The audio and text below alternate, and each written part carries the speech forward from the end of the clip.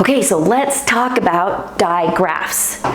And these are the sounds of digraphs. It's so important in the English language that you get these sounds down and understand them.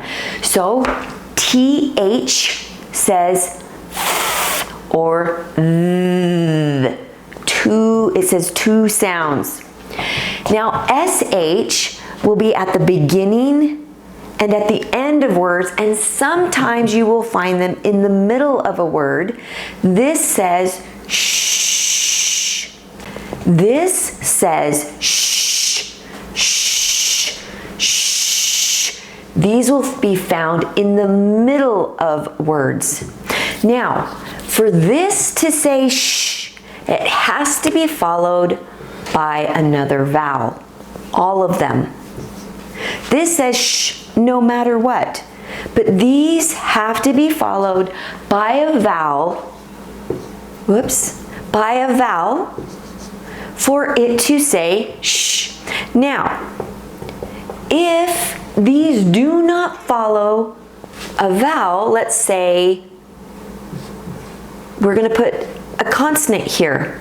This will say its short sound I, tip, sip, and this says sip also. So just be careful with that.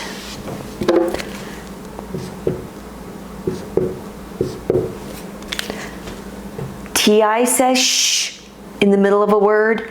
SI says shh in the middle of a word.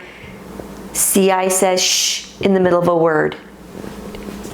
If it's followed by a vowel. Okay? CH says ch. TCH says ch. WH. PH.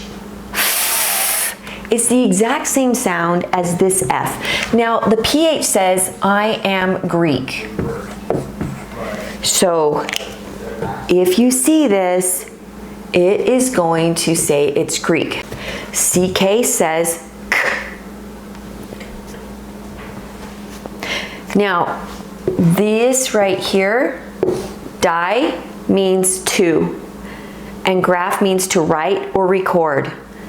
You're going to, this means to. This is an exception. To.